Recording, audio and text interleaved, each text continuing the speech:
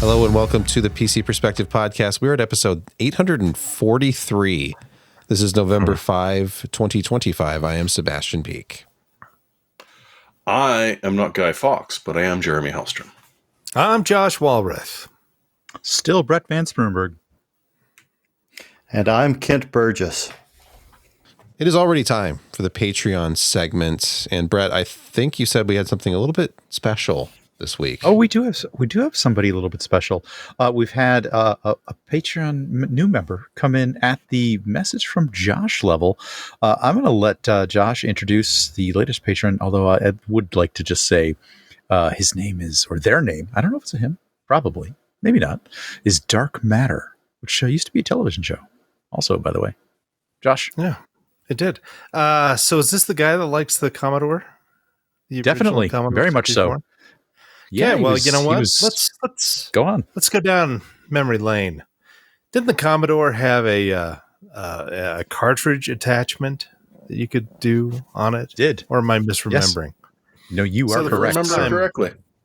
A friend of mine, he moved away from our neighborhood, and of course, he moved maybe 6-7 blocks, which in little old Thermopolis, Wyoming, where I was born, it seemed like forever. So one day I decided to go and visit him over his house, and his dad had bought him a Commodore 64 with the cartridge attachment, with a joystick, with Lunar Lander. Oh gosh, I remember this one. Lunar Lander was hot. It was and very easy. No, it wasn't. Jeez, it was 64? not. No, It was not insanely no. difficult. So yeah. So I'm glad you dropped by and said you like the Commodore 64, because it took me back memory lane to my friend Eric Voigt with his Commodore 64 and Lunar Lander, and us constantly crashing that damn thing into the mountainside because we ran out of fuel. So there you go. So many Welcome. dead astronauts. Yeah. So many dead astronauts. He wanted to remind us that Commodore's back together into the same company, all the licenses once again, and they're remaking the actual real C64, and I believe it's on sale right now. Not an emulator. I'm not sure what's inside of that box to make it sure not an emulator. The back of it looks very micro or mini ITX backplate, but you know. Well, I think they've probably gotten about as close as they could to not being, an emulator per se. But they, are available. Wouldn't that a be real an C64. FPGA? Yeah, probably.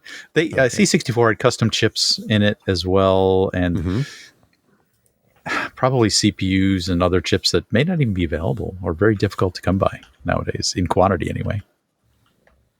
It's very possible. Plus, you want that HDMI output and various other modern day conveniences, USB peripheral support. But where will I plug in my weirdly shaped cassette drive? Yeah. My original Commodore peripherals. I ask that all the time. Mm-hmm. That's not the same thing, Josh. No. And what did she say when you asked that question? Not today. Okay. Josh, would you like to talk about food? Me? Yeah, you. Moi? Well, it is Wednesday, and it is podcast, and so I guess let's talk about food. They haven't had a burger special in so long. I'm just getting sad. So I didn't feel like one of the usuals. So I got the big old thing of tots, pulled pork, queso, bacon, jalapenos, onions, more cheese, spicy barbecue sauce, otherwise known as the Barncho Tots. Now, as I said in my my tweet, there are some people who say Barncho Tots are not good, but you know what? Some people are wrong. They're very good. Though, of course, the person who put this together didn't do a greatest job of kind of mixing it up. So there was a layer that was a little bit more dry of just the pulled pork. So I had to kind of carefully get it all to mix up with the queso and the spicy barbecue. And and mix around those red onions. The red onions really set off the entire ensemble, and the jalapenos are great as well. So if you ever come through Laramie, Wyoming, born in a barn, get those as a side. You won't regret it. Until you try and eat a giant burger with them as too. Well, yeah, you're going to be. There are some good types of regret. Yeah. Yeah. I'm not going to eat again till tomorrow. And in fact, I'm just having water now instead of frosty beverages. So I'm not going to be very fun. Just that. Well, I'll try and make up for it, I guess.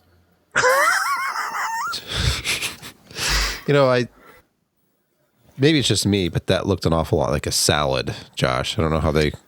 A salad with tater tots. So yes, there you go. There it's are three healthy. vegetables. It looks like a salad. It must be healthy. Pork, tater tots, It's very and cheese. green. That's the salad. There's a lot of green This is in what they were that. going for. They were hiding the pork underneath, so it made it look like you were eating something healthy at work, Josh. Yeah. Yeah. Who says pork's not healthy? Josh is having salad with an Doctors, interesting I dressing. think, dietitians. Oh, okay. Yeah. What was Bacon, the old pork. Budweiser commercial where they were talking about real men of genius and they saluted the taco salad inventor because they said it couldn't be done, but you did it anyway. A 2,000 calorie salad. Salad. Yeah. Have you ever looked at the nutrition facts on Hungry Man frozen dinners? Oh, yeah. It's No, I try not to go near them. the amount of Let alone sodium. read them. Yeah, it's like Calories. 2,000 How is do just they- a starting point for them. How do they make that little steak thing out of salt? How do they do that? It's like pure brown salt. Scientists in many years boggles of the trial and mind. error. The same that developed the Swiss chalet dipping sauce, which is somehow more than 100% salt. Amazing. Josh, are you ready to talk some more? Because AMD held their earnings call yesterday. Good lungs. AMD financial results, third quarter 2025. Josh, take it away. You're not going to believe this, but AMD made some significant money. I mean, they may be trailing on the coattails of NVIDIA, but they're doing pretty darn good by themselves. Just to think, a few short years ago, back in 2017, they were making less than $1 billion a quarter, 900 and some odd million, and they were running in the red badly. Well, some 8 years later, they are now 10 times that. $9.2 billion in revenue in Q3 2025. Their margins, gross margins, have increased to 52%, which damn well may be the best that they have ever had. Their net income was $1.2 billion, which again, for a company that has scraped by for as long as it has, that is almost what they made during each quarter in revenue back when things were pretty tight. So they've done well, and they've done well across the board. Their servers, outstanding. Their gaming, which is Radeon and consoles and semi-custom, again, outstanding. They've just have hit on everything. And of course, it doesn't hurt that, AI stuff is still doing. The MI series is selling well. They're the MI 350. They're going to the MI 450. There are some rather large contracts out for those things. And, and you need something to also power all of those GPUs. And AMD's doing that with Epic. So they're winning across the board. It's just kind of crazy to see how this company and NVIDIA have grown.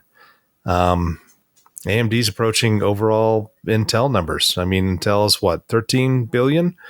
the last quarter, and they're only $4 billion behind. It's nuts where they have come from and where they are now. And next quarter is going to be even better, $9.6 billion. So, only a $400 million advancement. But again, going into some of these deals with OpenAI and I think AWS and Meta, they just can't make enough chips, and they can't quite push out the next generation stuff as fast as they want. If they were to do that, they would probably make even more money. But right now, wafers are tight, and packaging is even tighter. So it's a really good time to be AMD, and they just continue to grow. They continue to execute. Something to go on a sideways. A lot of analysts have said, their percent of growth in GPUs has not been very much. But if you go back to looking at their gaming stuff, GPUs are still a significant portion of that 4 billion that they made. And so they are selling more cards and chips than most people expect. So, really good quarter. Outlook is outstanding. We kind of keep hearing about the AI bubble popping, and there are certainly hurdles in the way. And we have talked about that previously. Something that's really coming to the fore is just power generation. Wind energy is going to be a part. Solar is going to be. They're trying to pump up the usage of some of these nuclear plants. Turbines and transformers are all back ordered for years. So power is going to be still a limiting factor in a lot of this growth, but they continue to make these data centers. They somehow get them done. Stuff that's been in the pipeline for a while, hands to grease to get the things that they need. And it's a lot of growing, and NVIDIA has taken a lot of that, but AMD is starting to get some of those tailings and getting some decent things. And plus they announced 2 big supercomputers with the Department of Energy. So these are, again, very positive things for AMD. Outlook looks really good. They're not going insane with spending, but they're keeping up on it all. Well, one of the nice things about that chart was the amount of money or the amount of growth in their gaming portion. If I remember, it was somewhere around 200% on one of those charts. Because, Lord help you can't afford or find an NVIDIA product right now. Plus, you're going to have the next generation of the consoles. So, hey, we do kind of want to see them hanging on to the gamers' dollars. Client gaming, operating it was the operating income is up 201%, but revenue is up 73%. Their net revenue, is still for 1 year, it's double. Yeah. Yep. So, easily. Hey, they're not forgetting us. They're not forgetting the gamer. And honestly, if they could ever hire a PR team, people other than us might know about that. Sorry, a PR team that doesn't shoot themselves in the foot. Let's not go back to the old style one. Let's do a completely brand new one and say, hey, you don't like AI in your PC? Well, go X3D. You want to be able to afford a GPU? Well, guess what? We've got them. Something to also help is they released ROCm 7. That's a pretty big software boost for them for AI and stuff. That we've seen some pretty good results from having a better software stack than what they had previously.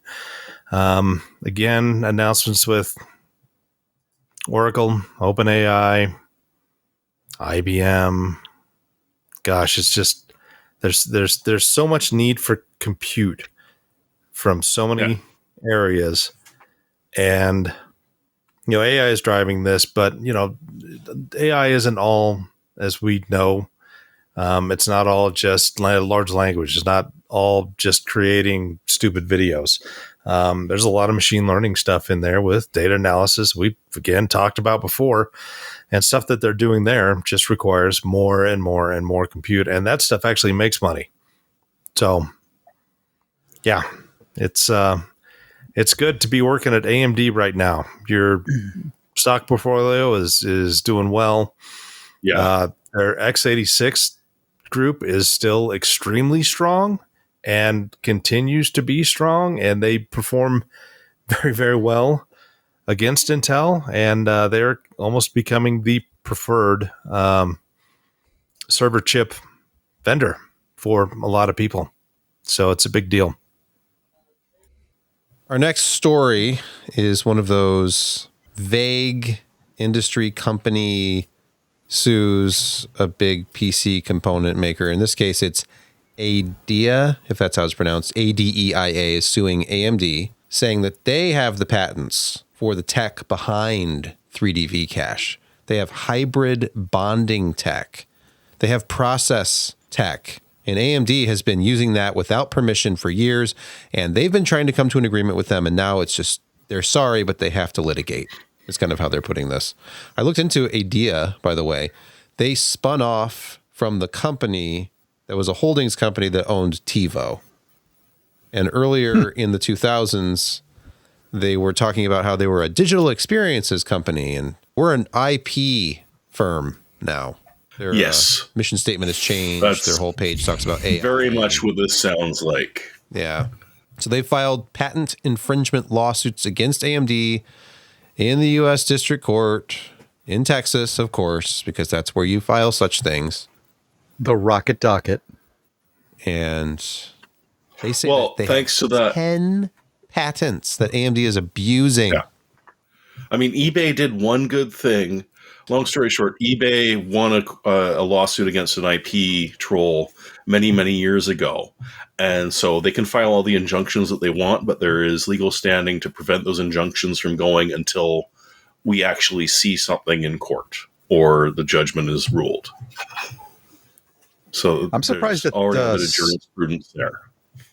I'm surprised that some of these weren't against TSMC, since at least 3 of the 10 that are supposed to be leveled against this is actually part of the process of doing the bonding, which is, I guess, some sort of Josh will know more about this, how this works, this dielectric and copper node fusing that doesn't actually impact the thermal envelope. That's kind of the secret sauce here, I guess. Yeah, but I'll give you one guess as to which of those two companies have the scarier lawyers on retention. I don't know. It's both. Might be the company making $9.6 billion a quarter.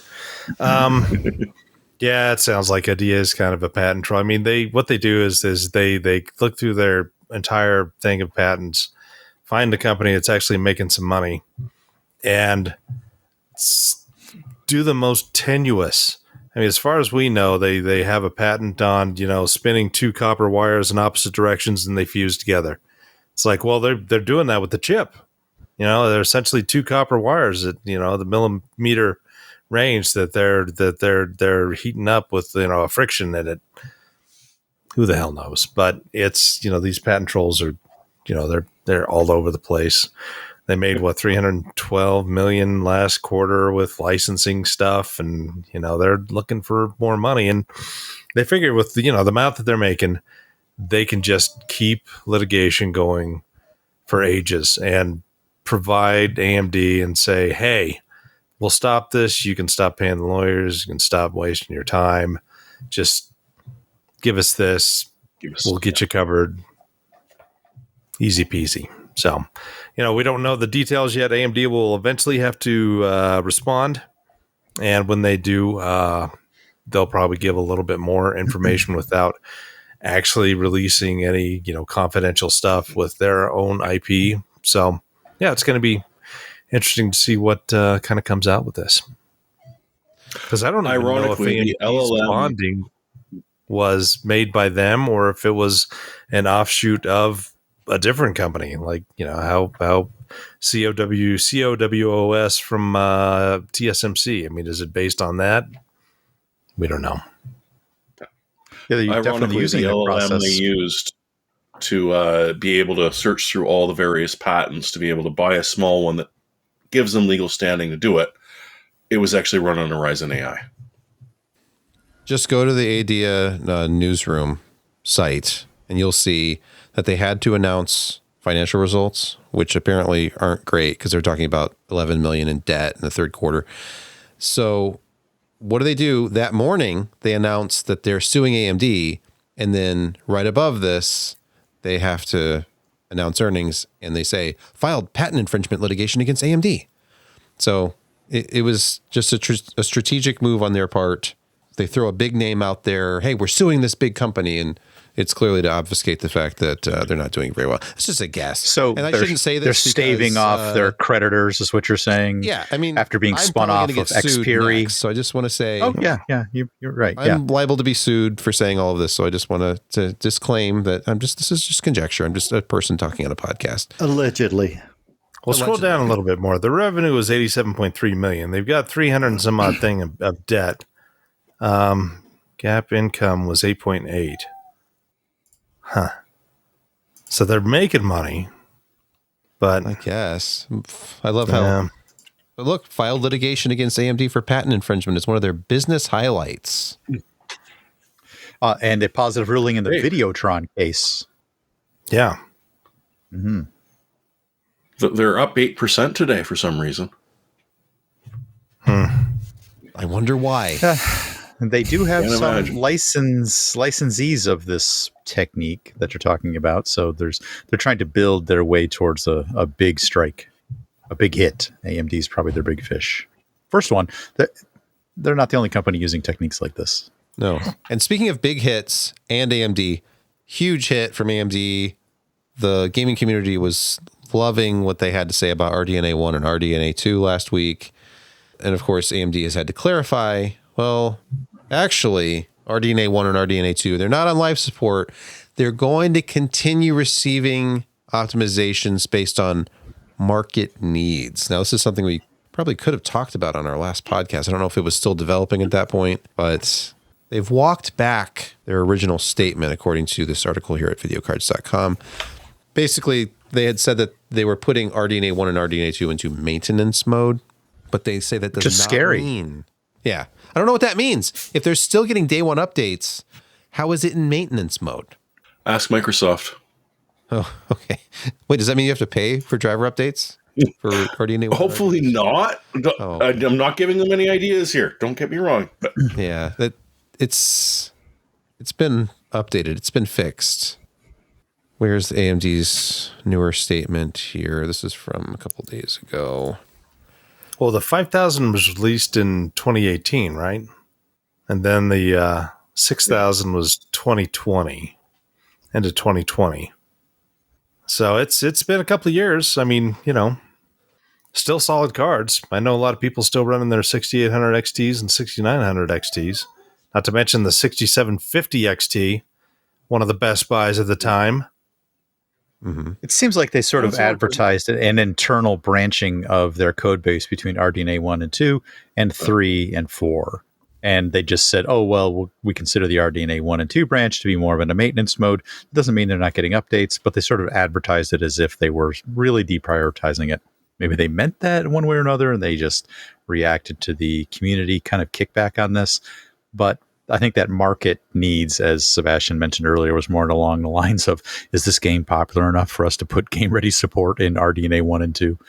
It's probably what they're saying. So don't worry, it's still going to get day one updates. It was just a misunderstanding. It wasn't. It's not like Forget it. They didn't change their minds. They just didn't effectively communicate. That's the message. What they're really, really doing. Do they actually have any internal PR people anymore that interacts with, it used to be interact with, now it's all Edelman and Doesn't it? It's doesn't it seem like Edelman even? It's another company, but yeah, I wish they did it in house like NVIDIA does. I wish they did it better. Like anyone they should- does. need to be asking themselves, when we say this, how are people going to perceive this? Huh. This reminds me of a SpongeBob episode. It's one of the early ones. Squidward is playing the clarinet extremely badly, and SpongeBob sticks his head out the window. He's like, "Hey, Squidward, would you mind playing your clarinet a little bit better?" Not quieter, just better. Just Better. That's how I feel about AMD's PR. That's It's funny. just like off-key Yeah. clarinet music. Just learn to play. Yeah, but half the time they even forget to blow the clarinet, and it's just, hey, this new processor just dropped. Did you hear about this? I mean, I see it, but I didn't hear about it. I don't. Yeah, there's the sneaky hello, releases and then the AMD? miscommunication about driver support and Yes. all the other things. By the way, unrelated to I'm anything, not but mad. I'm ASRock just boards continue disappointed. destroying Ryzen CPUs and what the hell is going on there. But next, and for no particular reason, we'll talk about the world's tallest chip. Obviously, Moore's Law is not dead as long as you just stack to the sky, right? Is that what this means? I'm sure this doesn't 41 use any layers. patent infringing technology. This uses no. 41 layers of semiconductors, all of them owned by ADIA. Yeah, this is they didn't go into very much detail about how large these transistors are. What would be the comparable process node that they're doing, and stacking transistors is not new. In fact, we have highly stacked stuff with current 3D VNAND. I mean, it's different. That's all memory. It's VNAND, but they've always had several layers of transistors. But the problem is you get more and more layers, you build up more and more heat because you've got to transfer all that heat from the bottom layers up to the top to whatever you have cooling the thing. So perhaps they're doing it in a unique way. And they, say one of the big things that they're doing is they're doing deposition at room temperature instead. In other chip things, it's quite a hot process with the metal deposition. So if you have many layers and you're running it at super hot, you could in fact damage some of those lower layers.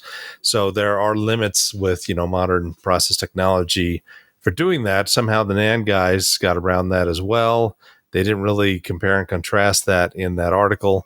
So they've given enough information to be interesting. There could be some applications that would be really, really positive for something that maybe uses an older process technology, but you've got a whole bunch of 3D stacking.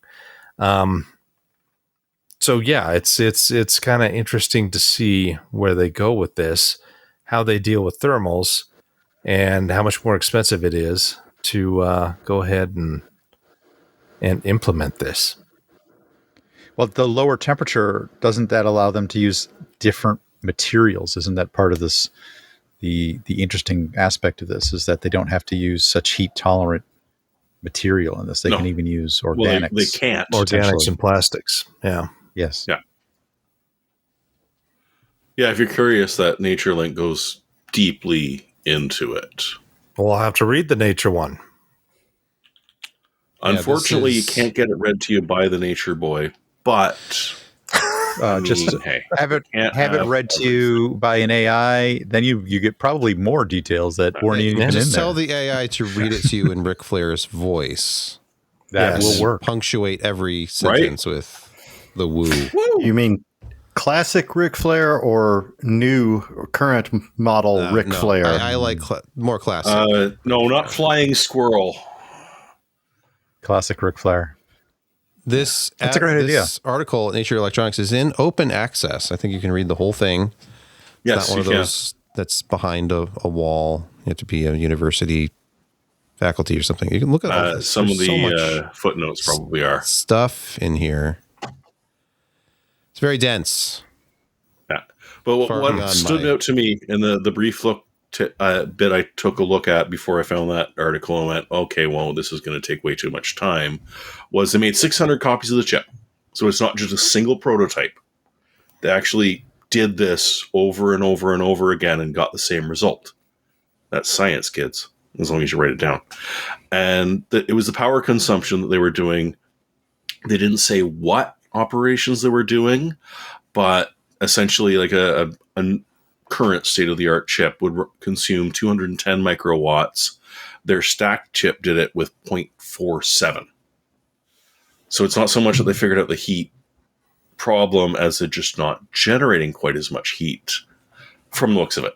I mean, you're going to have very to ask interesting. Heat management and cooling is the next, of course, big problem with the data centers, naturally. So, you know, they describe it as an apartment of chip layers. So I guess at the top, you're going to have the big HVAC thing that's, blowing out the steam and everything.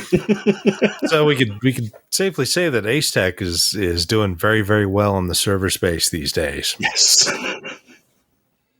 But they've moved to steam power, which is a good move, I think. Yeah. But not SteamOS. Those are different things. No, that's very different. Moving on. Windows Update. You know that handy little update and shutdown, which restarts your computer and then you can shut it down as long as there's not another update? Well, apparently, Microsoft has actually fixed this. I don't know how long it's been happening, this phenomenon of it never actually shutting down. Since Windows 10. Okay. It only took them 10 years. And it's fixed. So it's a small victory. You'll never guess what the cause was. Do tell. A race condition. Windows. What? A race condition. It was a race condition.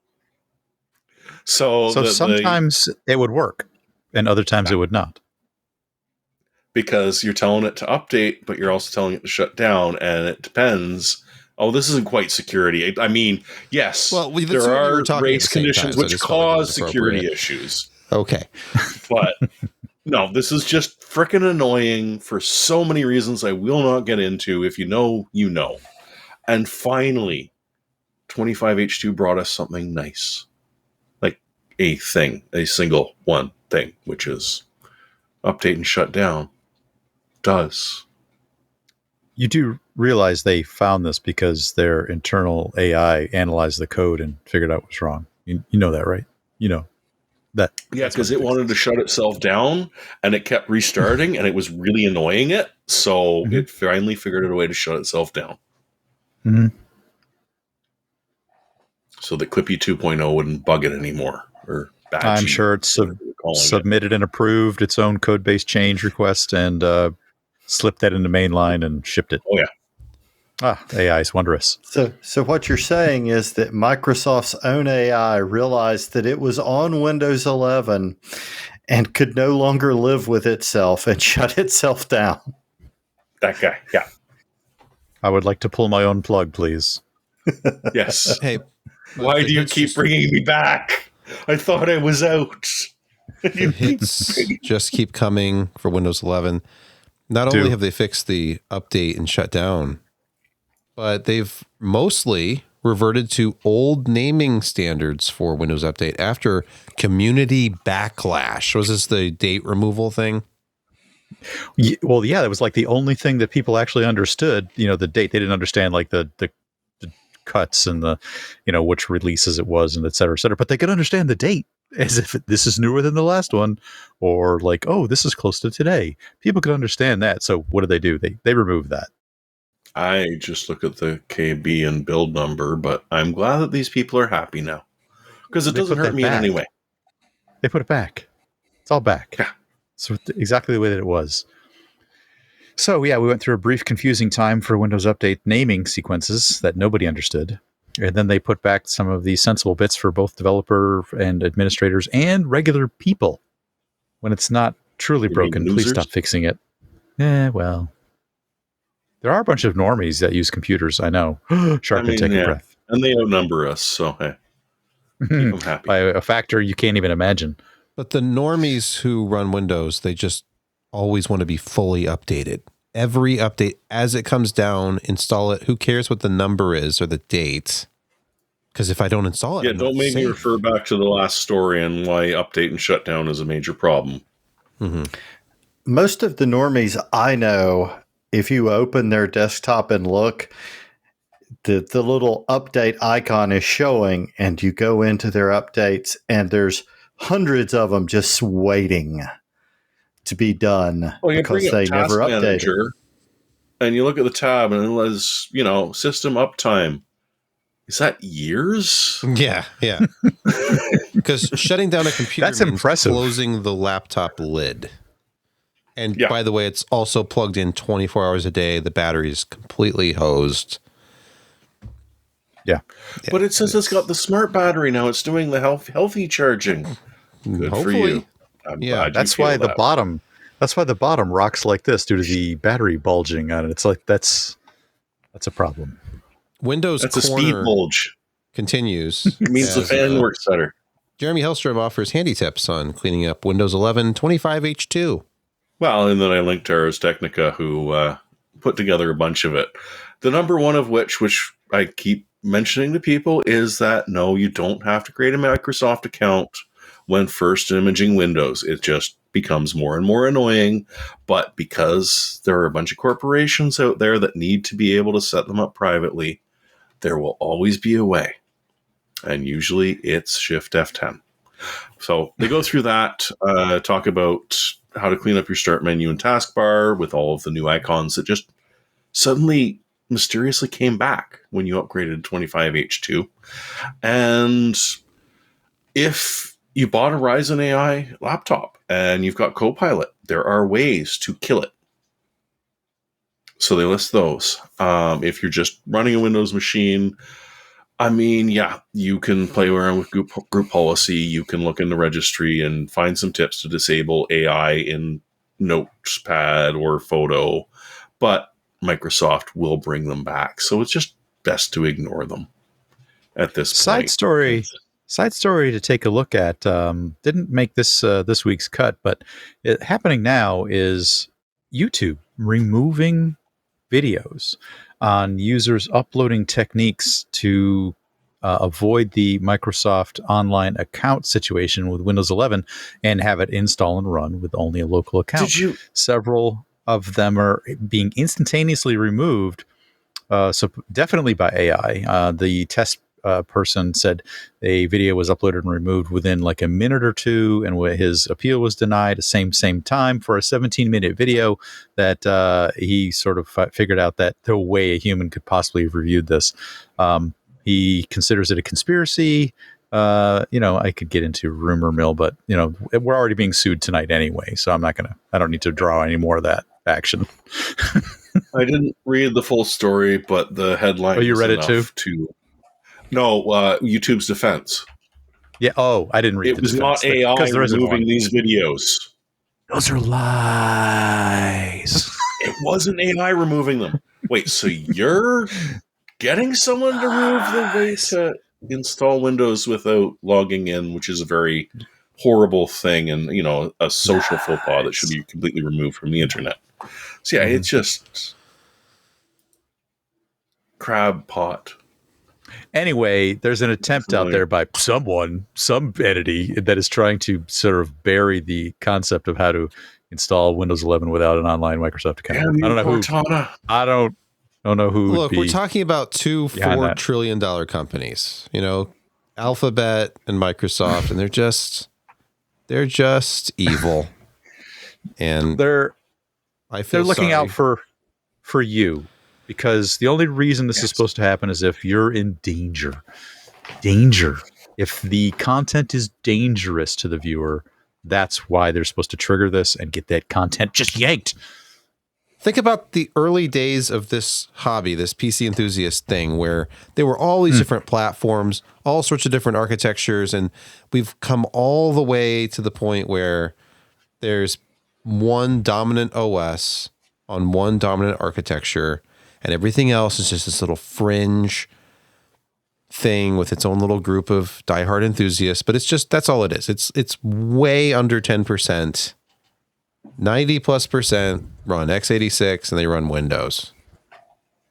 And as long as it's for your own good, we just have to do whatever Microsoft wants us to do. Yeah. It hurts them more than it hurts us, but they're doing it for our own good. From PC Mag, NVIDIA denies reports that it's discontinuing the RTX 5090. Why would they discontinue the 5090? Maybe the Founders Edition eventually, but the 5090 is here for probably another, 6 6 months? When would they? I guess they would have to wait until there's actually a 6090 in the market to discontinue this thing. Well, I mean, AI also is again so much that they're probably selling a bunch of the not Quadro, but what's their AI version? Why can't I think? Anyway, we got the A6000 Pro or whatever. I think that they're selling a bunch of those at like double the 3 times the cost, the price. Well, the Blackwells are RTX easily 5090. Yeah. So it wouldn't shock me if they're like, hey, our partners are still providing Founders Edition. We're going to do some limited runs, and once they're out, they're out. And you definitely can't repurpose an RT50 or TX 5090 for AI purposes, right, Josh? Well, yeah, you can. So, hey, you can look at it as a discount card that people are buying for that reason. Yeah. I mean, you get a little something extra with the 6000 series, and that you get, like double and triple the price. My dog had to go outside. The memory. So, yeah, it's nice to have that extra space. I know in certain machine learning loads that we had them running on a 3090 with 22 gigs of memory. And then we got to the 4090 generation of the professional with 48 gigs, and it was like night and day. They didn't have to chop up a lot of their applications to fit within that memory limit. So yeah, it's a big deal. Let's pause here for a word from this week's podcast sponsor. In a small creative shop, time is everything, and there's never enough of it, of course. In the past, I had been spending my time on things like chasing invoices, creating and posting content, building dev spaces, and repeating the same 5 admin steps multiple times each week instead of wrangling code and making cool features. Ever run a race in heavy boots? With Zapier, now enhanced with AI features, all that drudge can be handled automatically. Within moments of signing on a client, Zapier can spin up their project folder, drop a welcome message in Slack, send the starter invoice, prep their dev space, and even draft a well-worded kickoff email. Before I finish my caffeinated beverage of choice, that project's already rolling along. Zapier feels like that extra teammate, one who never forgets, never sleeps, and frees me up to focus on the dev work that actually delivers the finished product or system. These days, it feels like everyone is talking about AI, including us here at PCPer in various ways, but if there's one thing you've learned from this show, it's that talking about a new technology isn't the same as actually implementing it. Zapier can put AI in place to do real work. With Zapier's AI orchestration platform, you can bring the power of AI to any workflow. Try it out yourself. Automate smarter and get moving faster. Teams have already automated over 300 million AI tasks using Zapier. Ready to join them? Get started for free by visiting zapier.com/PC perspective. That's ZAPIER.com/PC perspective. Welcome to Insecurity Corner, your weekly reason to drink. And our first story comes via Ars Technica. 2 Windows vulnerabilities, one a 0-day, are under active exploitation. Is it a 0-day when it's been being used for the better part of 8 years now? Yeah, that's the one that I had trouble with here as well.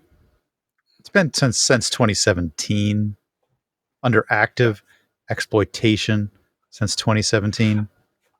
And so do we blame Microsoft for this, for having put it in there? Or do we blame Trend Micro for finally spotting the bloody thing? Or any of their competitors? Seriously, it took this long to find it, which honestly, I mean, there are Windows bugs we've been tracking for well over a decade, let alone that long, to try and figure it out. But it's a weird one. I don't fully I haven't had the time this week to even really look into it, it's at LNK, so link files. It's LNK files from untrusted origins that is also being invoked via connected or linked binary files. And that's the part that's getting me, is how is that even a thing? It's a little tricky. But again, the contents of the LNK are being automatically executed. It's being linked or from or to an untrusted binary file. and it's essentially backdooring executable code via the LNK or linking mechanism inside Windows. And they're finding ways to get that executed, and it subverts all of the analysis because it's sort of running behind the LNK, the link activation, and that's how this payload is being delivered. Yeah. How they deliver that LNK file and binary payload. I don't. I mean, there's a variety of ways. You can be socially engineered into downloading, your latest PDF report from Place You Bank, or whatever, doctor's office. You just got to be socially engineered. Oh, sure. They're sending you a link to an alt.bin. At this point, maybe not click on those. They're sort of delivering it as a binary. The other one, I mean, that one is actually only rated as CVE a 7 out of 10. So I'm like, that's like fine. The mild one on the other one. That's like a jump scare. I'm like, ooh, okay. The other one's a 9.8. That might lay you out a little bit. Which was Windows Server, I think, wasn't it? Yeah, it was Windows. Well, Windows Server is running Windows Server Update Services, which we'd actually mentioned last week. It got worse because they tried to patch it and it didn't work. And so it's still being exploited. Patch it again as of like the 23rd. And they're still finding these flaws. And in the meantime, it actually broke your ability to update your servers. Right. So they prevented you from doing the correct path. That was part of the patch. Still allowed the bad actor to run their nefarious code. I got it. Okay, cool. Yes. Perfect. Yes, a beautiful 7 or 9.7. 9.8. And they still don't know who is doing the attacks. They just know that they're ongoing, and they might release a patch for the patch, but we're not sure when that patch might be patched. So just make sure your WSA servers can't talk to the internet except directly to that Windows service. Yeah, and this is using an exposed API. Yeah. If I said bad acting nation state, would you know who I meant? No, you probably wouldn't. No, at this point, I've got a barrel full of fish to shoot. Well, we keep making more enemies, so I mean that's just the way that it goes. Next, this is from Tom's Hardware. Manufacturer issues remote kill command to disable smart vacuum after engineer blocks it from collecting data. I thought that they had okay, all right. Yeah, there were, and it wasn't so much collecting data; it was broadcasting data. Yeah, it was actually uploading the telemetry and uploading like personal interior data about the person's home to the remote servers. His issue was there was never any request to do this at all. So what he did after discovering that this was communicating externally, he actually blocked all contact with the outside services except for the ones that were necessary to do like remote updates. Unrelated, it immediately died after he did this. Like instantaneously. Yeah. Whoop, whoop. I'm sorry, I don't know what to do anymore. I'm not a vacuum. Of course, I'm a hockey puck. And of course, he sent it in for service. I'm like, oh, my vacuum died. And they brought it in more than once and said, hey, there's nothing wrong with this, and sent it back to him. And this happened a couple of times till he got fed up with this. And being an engineer, he took the whole thing apart, removed the microcontroller, instrumented it with a Raspberry Pi, figured out that there was absolutely nothing wrong with it, put it back in the vacuum, started driving it around with a joystick until he figured out. I missed part. There was one, the most recent record written to that microcontroller. Right. In the logs. In the logs. The very last thing the logs got was a kill command. Die. Yeah, that's true. Yeah. So after figuring this all out, he figured that there was absolutely nothing wrong with it except that the company remotely disabled it after the telemetry, the exfil of personal data from his home. He purposely blocked that at his firewall, and that's when the company sent in a kill command. So I think this is obviously there is a happy ending to this. We've talked about this sort of thing. That he finally got them to break down and delete that kill command, and it took a while. I don't know that he's published the tweaks. I don't even mention what exact model this was. But yeah, he figured out how to erase that kill command, and the vacuum is now living a free life of servitude under him and not under the company anymore. But this is not the only vacuum that uses very, very similar construction, very similar microcontroller.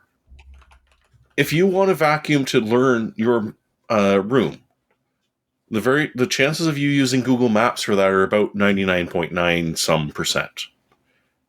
Right? But generally they should download it locally and just use it to map out the rooms it's vacuuming, and then it's done. The problem is share it. They're not selling you enough compute in the device to actually be as smart as they advertised it to be.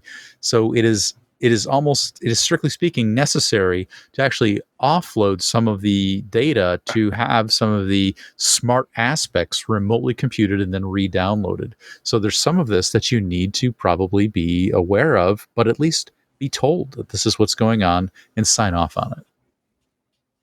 Oh, no, it is there on page 3812, paragraph 14, section 3 of the document that you clicked and said, I just accept. That's my dubious face. We're totally broadcasting your entire mapping of your home. There's to the probably internet. some vague verbiage in the EULA that gives them carte blanche to do whatever the hell they want. Yeah, probably. Yeah, after Now you scroll down 3,000 and some pages. Just vacuum the floor. It's not that hard. It isn't. From Bleeping Computer, hackers use RMM tools to breach freighters and steal cargo shipments. Wait, is this how Shaq's Land Rover was stolen? Oh, no, this is not how. That was totally different. No. We can get into that later if you want. But this is so what the bad actors are doing is breaking into the remote management and monitoring tools, typically called RMMs, and actually hijacking cargo by faking, like because they have a familiarity with the shipping and handling and destination system, and actually having things trucked to areas where they can then pilfer all the contents of the containers or pick them up with a different truck. And they're inside these trusted shippers and faking new routes or diverting things, and they're using their own knowledge of the freight industry to compromise the carriers themselves and establishing new connections and new trusted routes. And they've really infiltrated themselves to this. It's sort of, typically we see all of the hackers and the people working in the dark sides are always, they're exfilling a lot of digital data. Here's a case of where they're actually affecting physical systems and and stealing high value physical devices or physical, things. It's what makes this little novel in my mind. It's obviously someone's coming from within the industry, because they essentially know all the contacts. They are literally, once they can get, and I guess, a lot of freight people who aren't really dealing with people, they're just dealing with just-in-time inventory, which is not stressful at all, I'm sure, are relatively vulnerable to social attacks. And so they will remove entire dispatcher contract lists and replace them brokers, with the shipping and brokerages. They're impersonating exactly. They're impersonating them and picking up loads and then carrying them away. Yeah. Hey, this is where your shipment is supposed to go. It's not even a cancellation or an update or anything. Shipment XYB, date stamp this, contents this, is going to here. Mm-hmm. Okay, done. Exactly. Boom, so dropped off, and someone comes and picks it up. Somebody picks it up, or they'll come and pick up the load, or they'll have it dropped off someplace else. It's sad. There's just not enough security in all aspects of our delivery environment, our delivery systems. Let's not even get into the sort of like our utilities, which are woefully inadequately protected. Thankfully, that's not featured on Security Corner this week. Not Tune this in week. next week when. Hmm. But for now, we're going to ban TP-Link routers because, I mean, America does like to get really upset about things. And yeah. Well, unfortunately, TP-Link has been at the center of several issues regarding non-patching of their routers and their networks or the network devices from hacking that has occurred over a long period of time. So they're sort of the State Department and the U.S. government and agencies are just tired of this. They're just absolutely tired of this. So they're actually thinking about completely banning all TP-Link devices from the U.S. They're just tired of dealing with it. And I think the straw that sort of broke this is the understanding that TP-Link being a Chinese corporation, that they must have Chinese ties that oblige them to do information sharing with Chinese intelligence agencies. So that's kind of where the government steps in on this one. Don't tell them that most of their backbones run on Huawei. That will really upset them. It's hard to imagine stuff that, I mean, is what's not partially sourced from China. Actually, that's a hard question.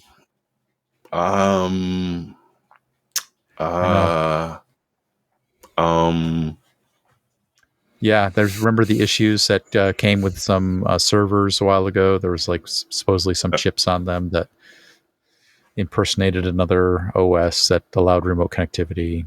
I don't know. Yeah. And for some reason, we didn't get into China banning all non-Chinese developed AI chips from being used within their country. But yeah, that's kind of you know too. What's good for one is good for the other. Exaggeration. Right? Yeah. But yeah, that was the thing. Anyways, trust issues. Well, it might be safe to join us now if you haven't already. Yeah, come on back. It is time for gaming quick hits. Okay. First up, extracting some details from Arc Raiders. The lost week of raiding arcs for some, because there are a bunch of people who like extraction shooters. You're doing a Memorkabaga where you are on a map and you can go around grabbing crafting materials for as long as you want until, someone kills you or you decide to leave. Arc Raiders is the latest of this. The same company that brought you the finals. So it's the big one this week. If you love it, I'm sure you love it. It looks pretty.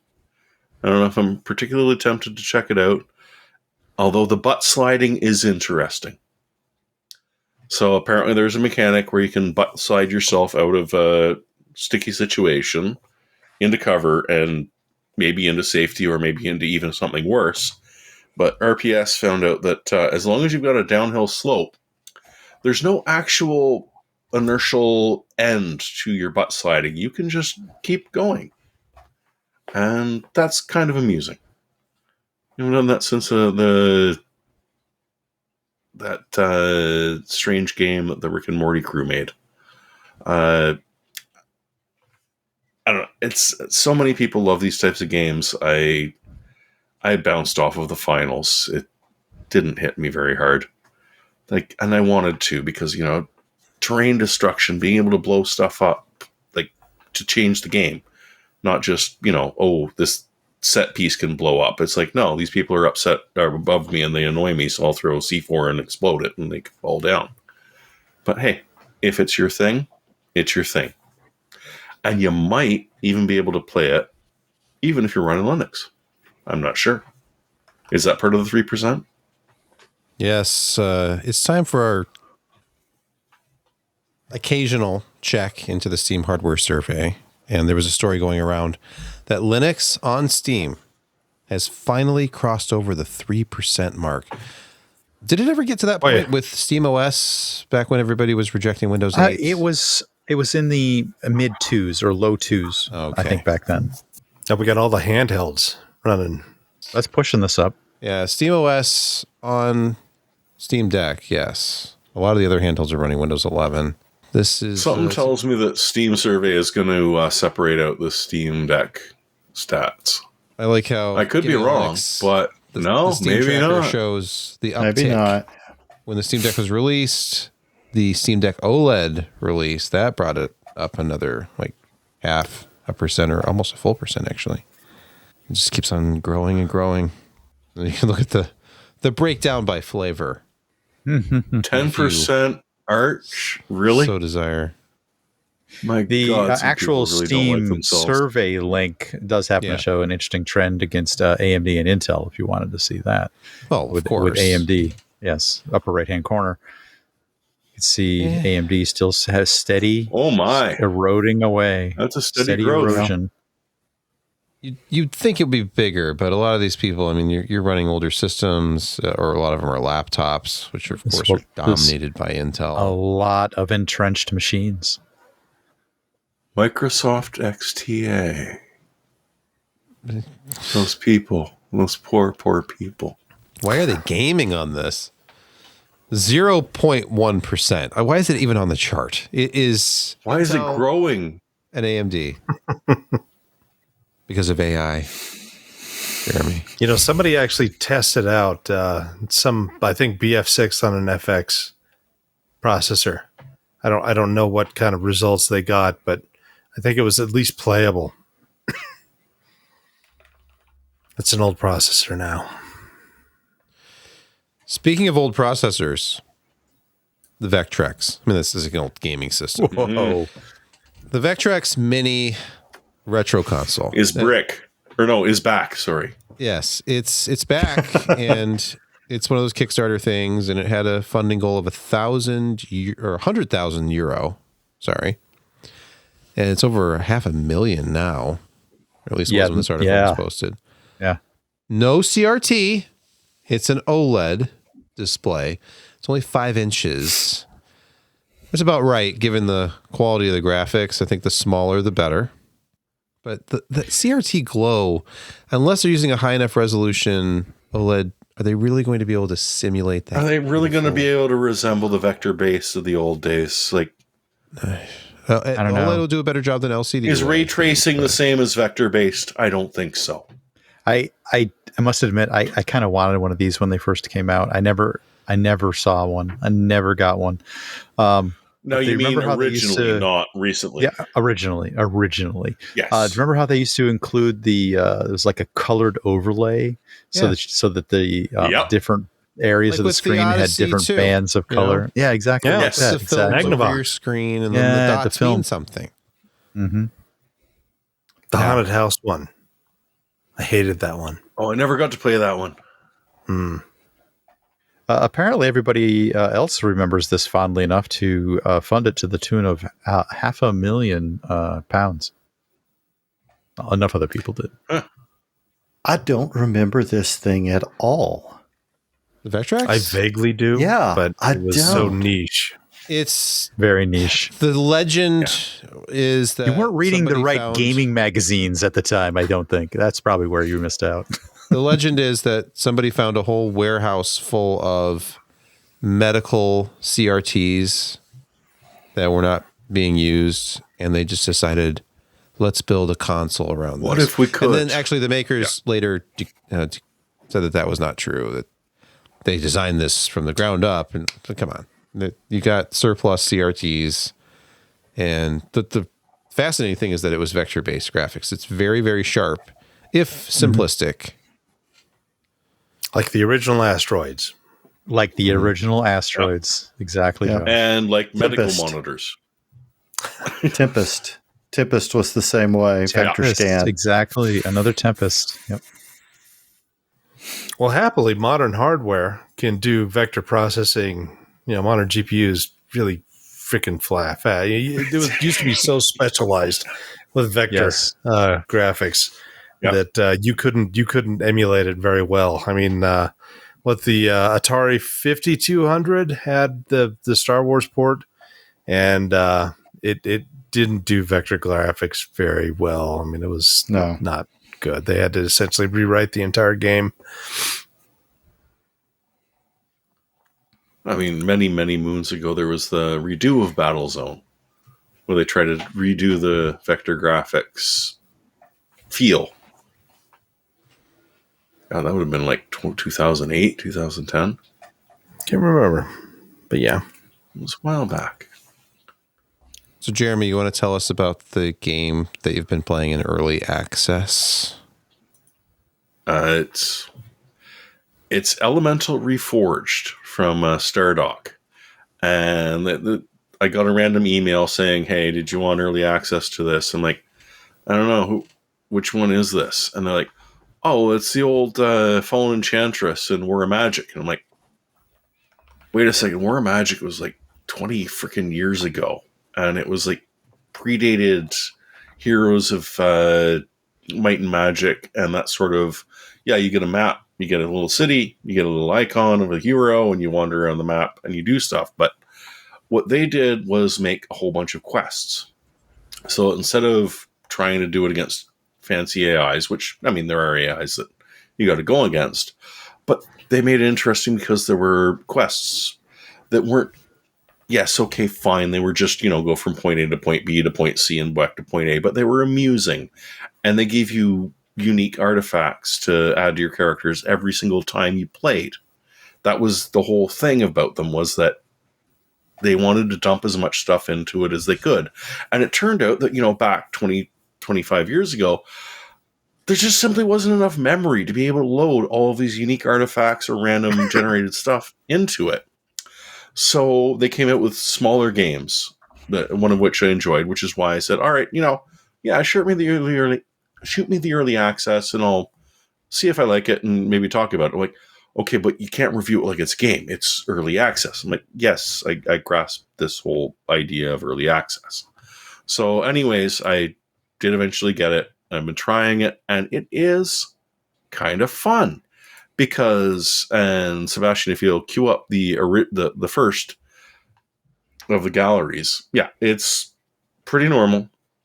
You get a unit, like a hero unit with a backstory, with skills that you can eventually get to be better, spells at the bottom, and a couple of paths. In this case, General Warrior, but there's Mage, there's all sorts of other stuff.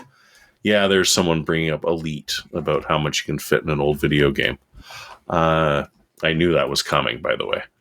And you get sort of a map, but if you move along to the next couple, so yeah, you've got spells underneath, you've got a couple of paths that you can take with the various stuff. This is all very normal. On the next one, you can see sort of the green icons towards the northeast are treasure chests. Each one of those is going to have something unique in them to collect.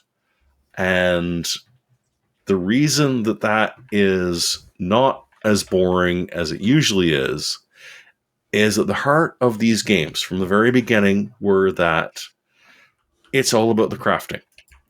It's one more, Sebastian. Sorry, I don't have my PowerPoint clicker to forward.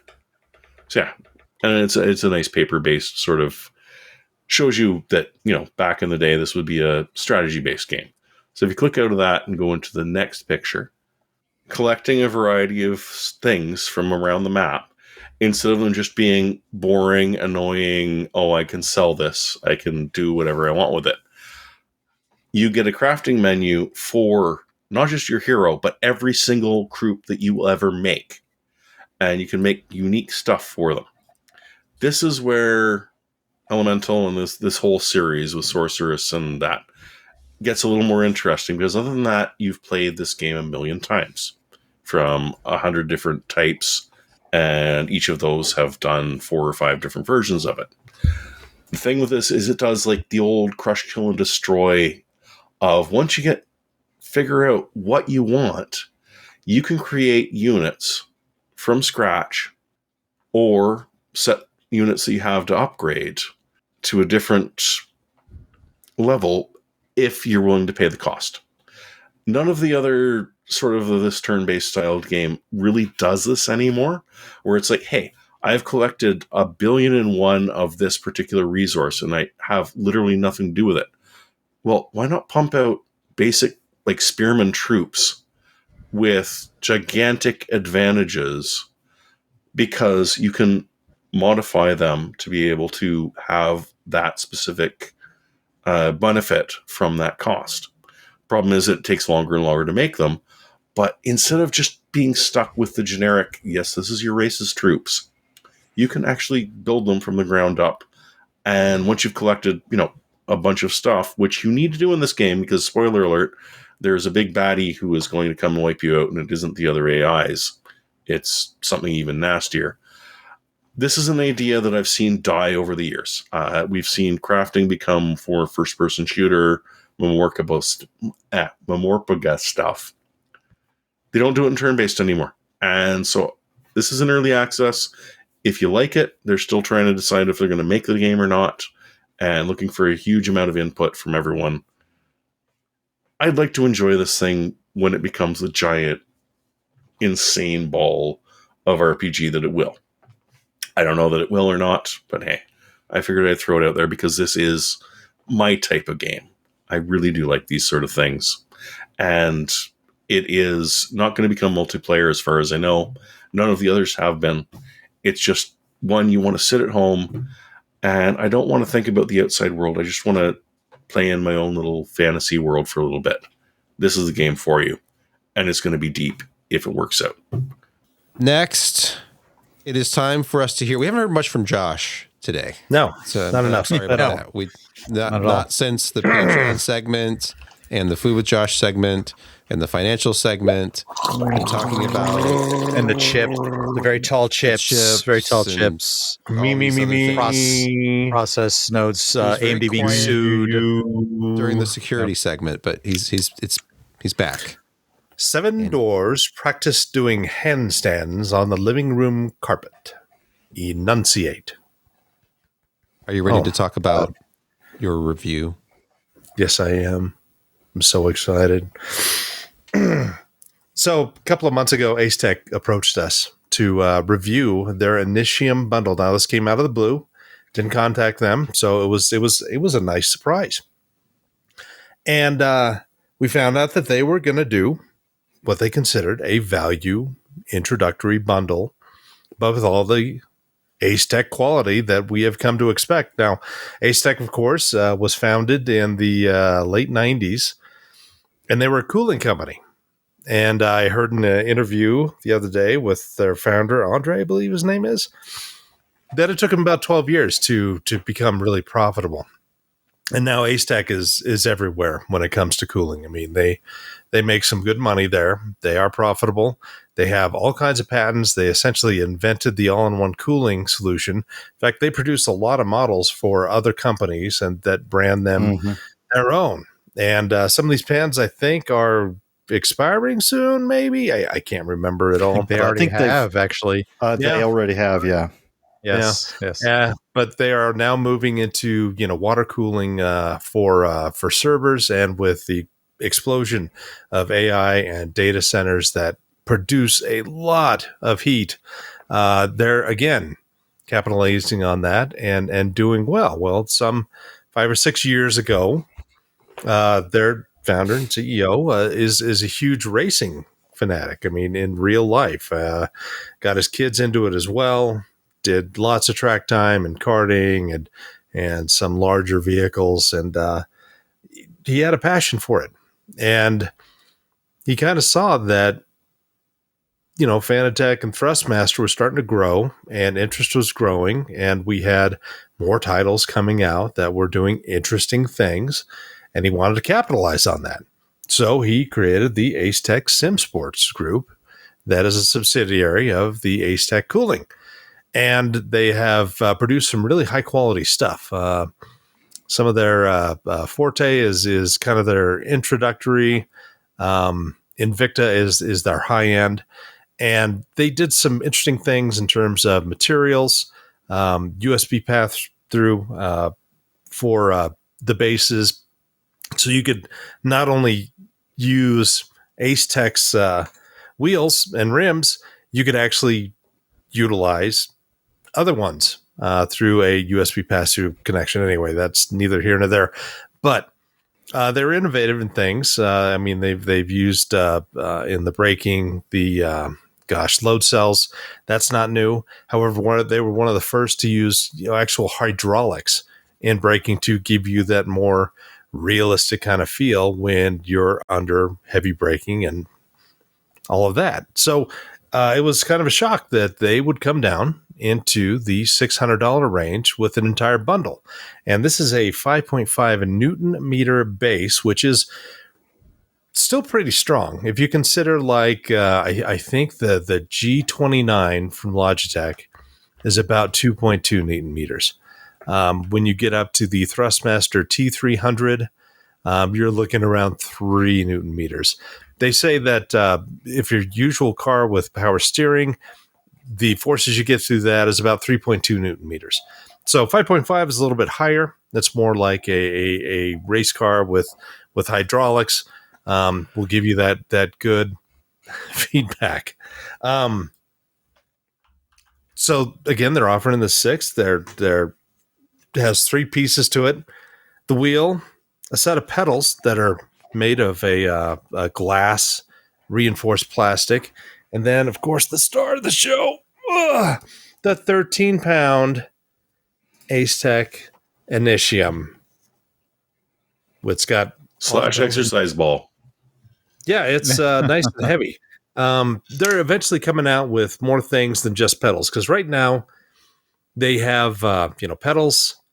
They don't even have a shifter yet. They don't have handbrake. Those are all coming out soon. And so, of course, they planned ahead. You have the PC port right there. That's power.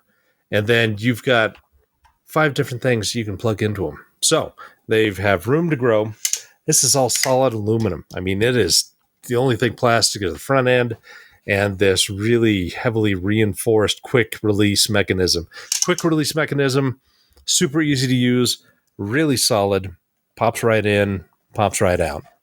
The wheel itself, I mean, they've done a lot of things to make it less expensive. So the materials you see here, there's no metal, there's no brushed aluminum, there's no forged carbon.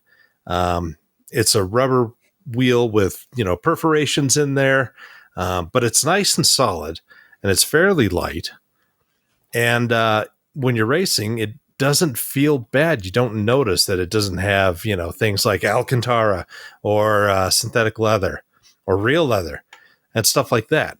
So it's a nice way to save money, but they still have all of the functionality of the rev lights. These 4 buttons are programmable RGB. So if you have a setup like, hey, I'm going to race F1, I'm going to have my DRS here, I'm going to have my pit limiter here, and other functionalities, you could actually individually color those. It's really solid. The pedals I was not entirely sure about. I thought that, there's going to be some flex in there. It's going to be kind of creaky. It's not going to be nearly as good as some of the other ones I did, but I was pleasantly surprised by how these worked. The base is extremely stiff. I used this on a wheel base, not a wheel base, but a wheel stand. And of course, I was cheap and bought one of the cheapest wheel stands I could find. It didn't have the correct positioning for a lot of the screws, so I was only able to use 2 screws on this.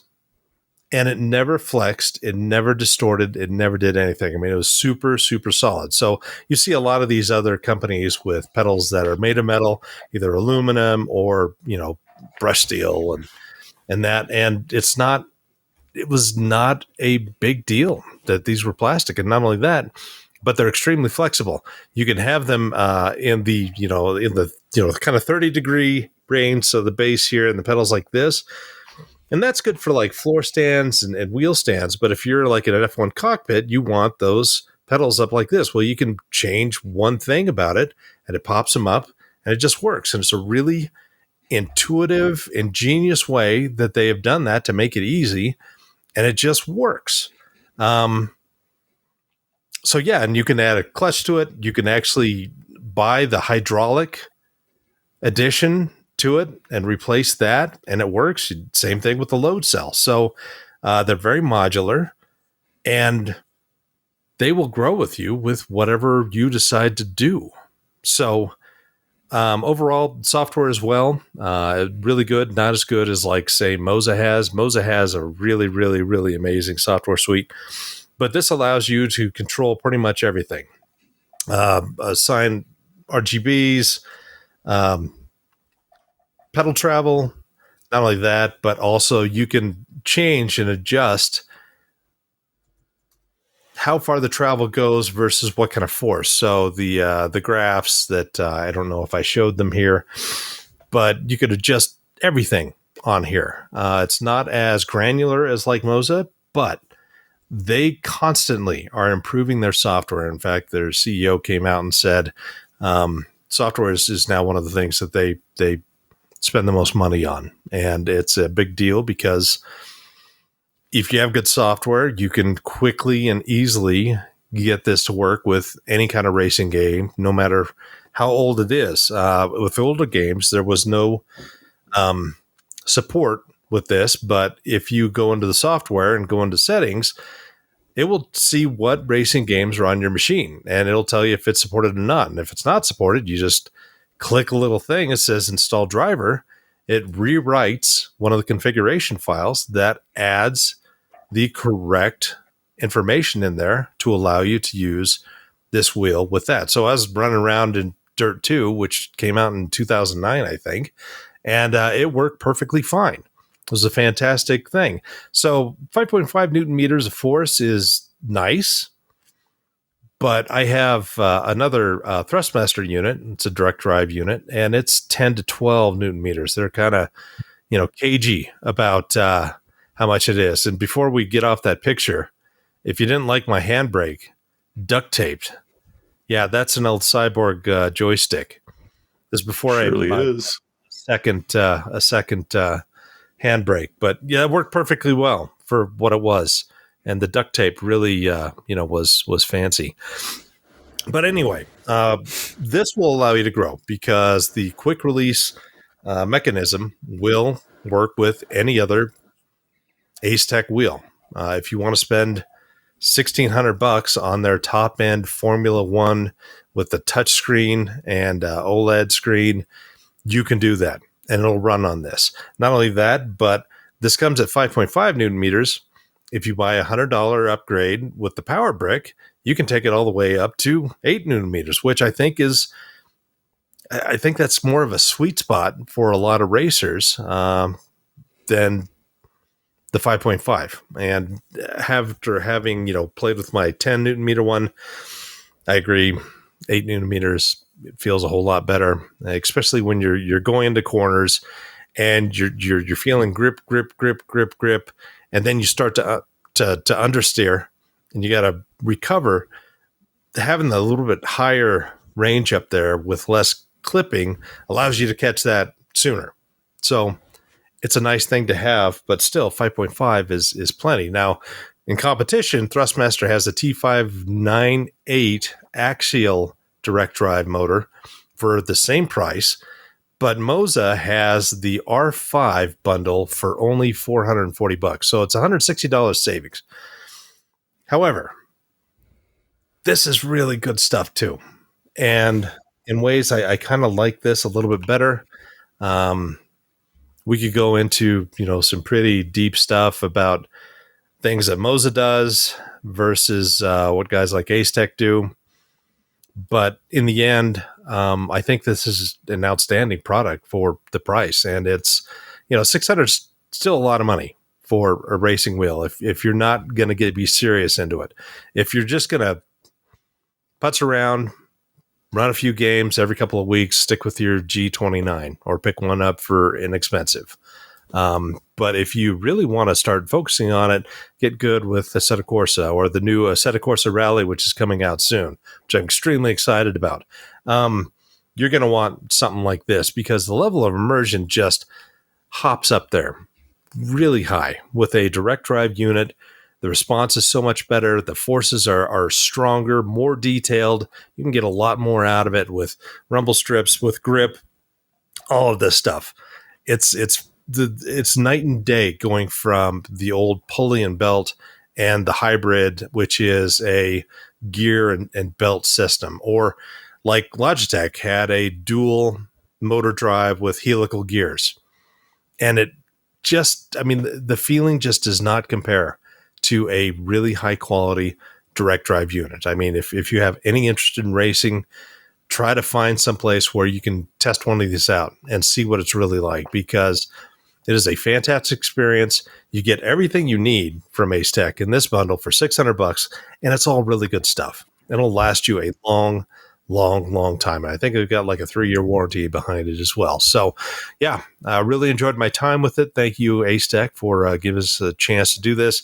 They did not pay for any of this review. They did not have control over any of the editorializing that I have done here, obviously. But yeah, it's highly recommended, and you should look into it.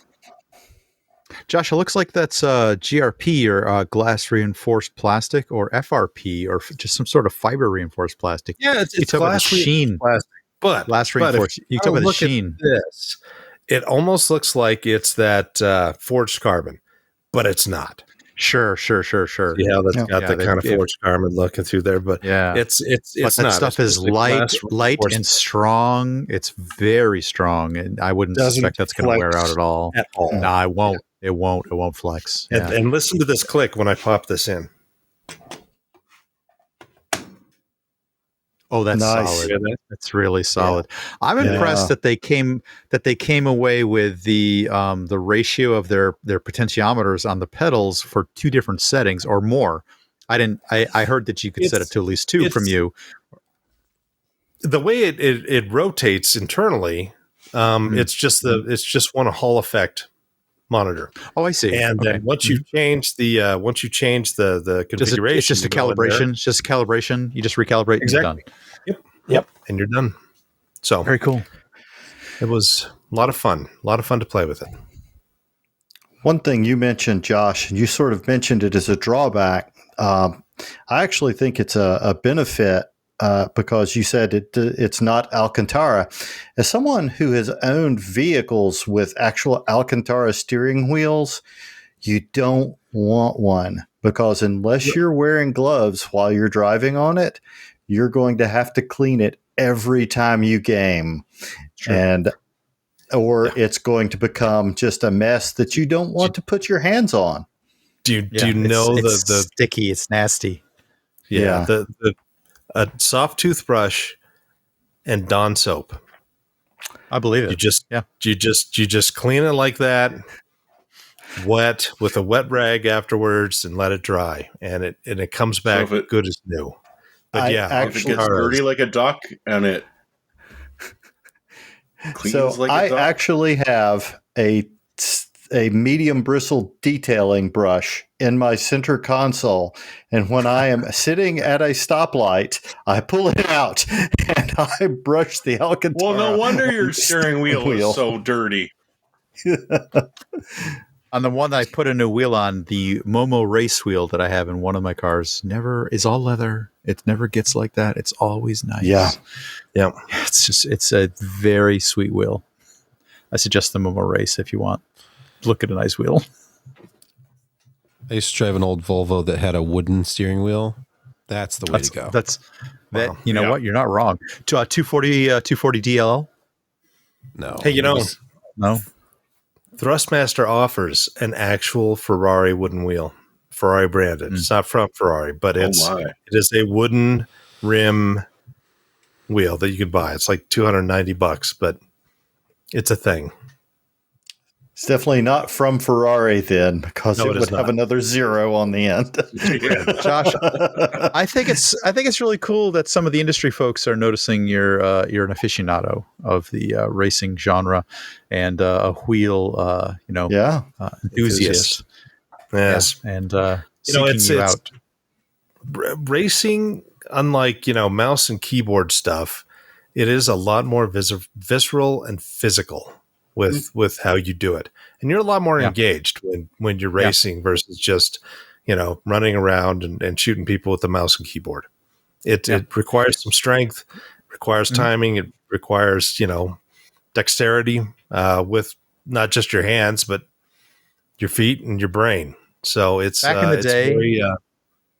I know what you mean. Back in the day when I was doing a lot of wheel-to-wheel racing online with old terrible Momo nowadays, I would come away drenched in sweat it was felt like a real workout to have done not that an for athlete. hours, That's what you're saying. like an hour. No, it was actually very intense, like an hour plus race.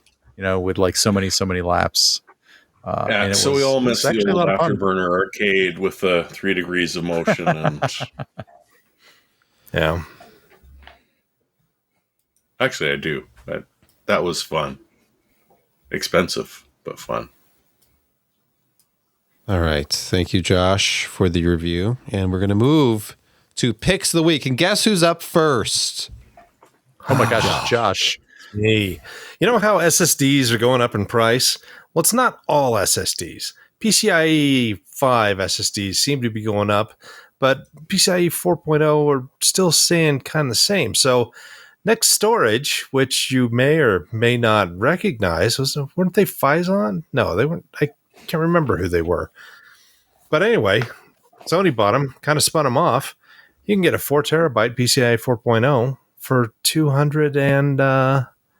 how much is that? $215 after the $5 instant rebate. That's pretty nice. 15. This is a hell of a deal. Well, gift card. Yeah, as everything else is going up, and the 4 terabyte ones and the PCI 5.0, which went down to around 320, they've now all popped back up over 400. So the $5 gift card sells that, by the way. Oh yes, it does. But if you're going to use that as like a game drive, it's going to be perfect. Sebastian, am I going to notice a difference between this PCIe 4.0 drive and the top of the line 5.0 drive? Is it going to be a real difference? Should I spring that extra $120? Your voice is dripping with that sardonic tone that you get when you're talking down PCIe Gen 5, because the transformational experience of a Gen 5 drive when running synthetic benchmarks. It's just like, look at those numbers. They're so high. They're so impressive. We're up to 15,000 megabytes per second. Speaking of wiping the sweat off your brow. Yeah. But in actual practice, you would not notice a difference at all. No. Yeah. No, expected. Not at all. No. Unless you're like reading from a Gen 5 drive and writing to another Gen 5 drive. That's really fast. Yes. And you do that all the time. All the time. Terabytes of it. In just seconds. Yeah, instead of otherwise, if it was 4 to 5, it would be just seconds. All right, Jeremy, your pick this week. They didn't take our Kodachrome away. Kodak is making film again. And I don't know why this didn't make the news, but Kodak Gold 200 and Ultramax 400 are in production again. You can buy them. So if you haven't gone completely digital and you're still using a camera, or you've got one hanging around somewhere, like I'm sure Sebastian, you do, that would like some film in it again, you can have the Gold 200 and the Ultramax 400 back again. So, hey, you want the really forgiving one, the Kodak Gold 200, or you want the one that, wants you to be a little more experienced, then the Ultramax 400 is there. Never forget. More forgiving. It's more forgiving. The 400 is a good all-purpose choice. But yeah, the 800, that was the go-to. People would buy Fuji 800 all the time at my photo lab. Yeah. Like, it's grainy, but yeah, it's good in low light, I guess. The Fuji 800 was the staple for astrophotography. People would cryo-treat it. God, I can't remember what they used to call it. If you like your film blue shifted. But yeah, they would treat it in an ultra cold environment and then use it for astrophotography, and it basically gave it a really high ISO, but it kept the same grain as the 800. But yeah, it was blue shifted, but it was astrophotography. So anyway, which is also blue shifted. Or I'm not sure redshifted, that depending on which I'm not you're sure taking that a picture of. the audience and the members remember that I used to work for Eastman Kodak Company. Anyway, I thought Kodak had sold off their film business to Lucky. And interestingly, just a couple months ago, Lucky had a new 200 film that they're coming out with. And now Kodak is producing 200 again. Like, I don't know if it's...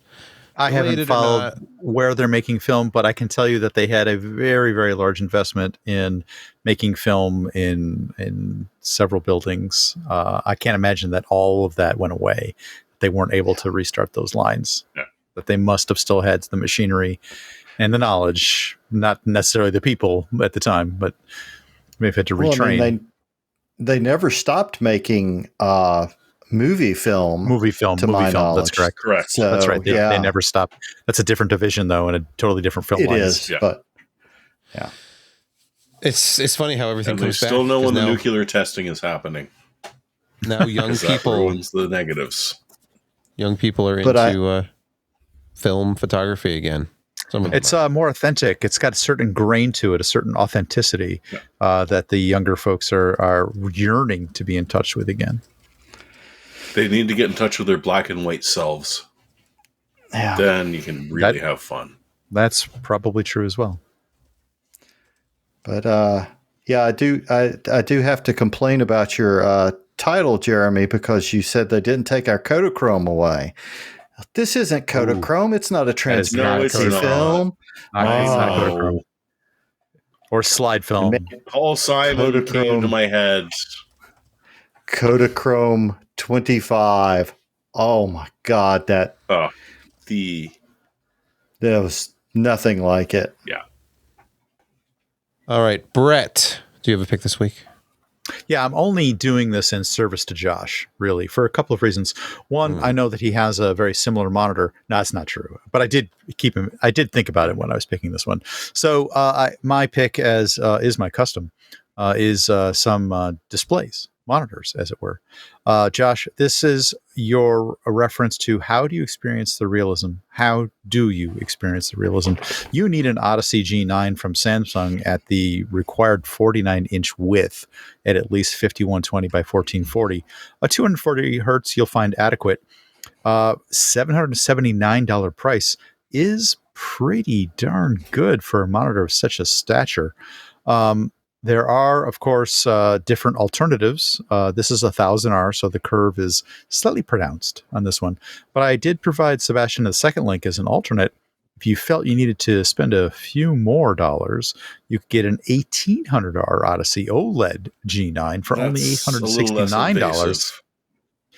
It is a little less in your face. It's at 1000R, and the gray-to-gray transition is 0.03 ms versus 1 ms. On the other one. So if you can spend about $100 more, you could get a slightly better G9 curved monitor. But Josh, this is the way to experience the realism that you spoke of. I'm pretty sure. Yeah. Yes. Yeah. I Yes. have You just need two of them. one of those, and the OLED version, and it's fantastic. It's the best money I ever spent in my life. Is yours 1000R as well? About that? I can't remember which I'm sorry, one I have. 1000 or 1800. Probably I think it's 1800. the because it's 18 OLED. is a little bit flatter, but yeah. It is. It opens that Yep. circle Yes. up a little bit more. Mm-hmm. You know, the 1000 is a little much. It's tight. It's a little bit I tighter. don't know when I've seen but, it. Yeah.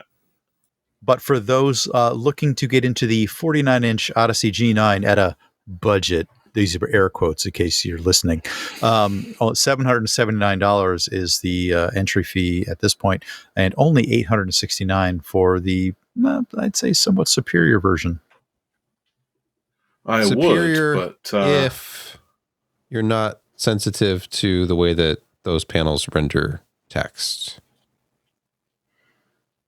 you're not supposed to be reading on them, Sebastian. You're supposed to be playing. Why are you Not that I reading know, anything on because them? Woot still ignores the rest of the of the world. You know, Kunukistan Including, like, is Hawaii and everything. Kunukistan is imaginary. I think we all know that. No, Woot only still ships to the connected U.S. So even not Alaska Oconus. and Hawaii are screwed. Yeah. Well, clearly the 49-inch monitor is carry-on capable, so you could bring this to your friends in Alaska or Hawaii. By the way, for those of you listening along, according to Falcon Northwest, in Canada, 49 inches is actually a 65. So I'm guessing that's... Well, he's got that backwards, but apart from that, it's okay. Okay. Yep, yep. Thanks for that one. Yep. All right. And who's next? Kent. Your pick. My pick this week is directed to a specific portion of our audience, and I know you're out there. When you listen to your music, do your neighbors listen to your music as well, whether they want to or not? Does listening to your music involve a lot of neck movement? If the answer to those questions are yes, and it is for me, then this game is for you, and it's on sale on GOG right now. This is Metal Hellsinger. It's on sale for $15. Yeah, it's a bit of a Doom copy, but it's an excellent Doom copy. And the soundtrack is phenomenal. There's some fantastic artists that participated in the soundtrack. It's all metal, and it's all hell, and it's wonderful. Better than Brutal Legends? Yes. I can definitely see why you like this. Oh, son of a bitch. It's 70% off right now. Yep. And it runs on the very stable Windows 10. Added to cart. Not to mention, one of the singers on this is Lisa White Glues from Arch Enemy, a fellow Canuck of Jeremy, and one of the most beautiful women on the face of the earth. Arch Enemy or Arch Enemy? Arch. Pick a side. I think that's going to do it for the podcast this week. Thank you for listening, watching. If you watched, hundreds of people watched this Feeling. podcast. Some number. We're not some number of scratching people watched this. Yes. Some just had us in the background.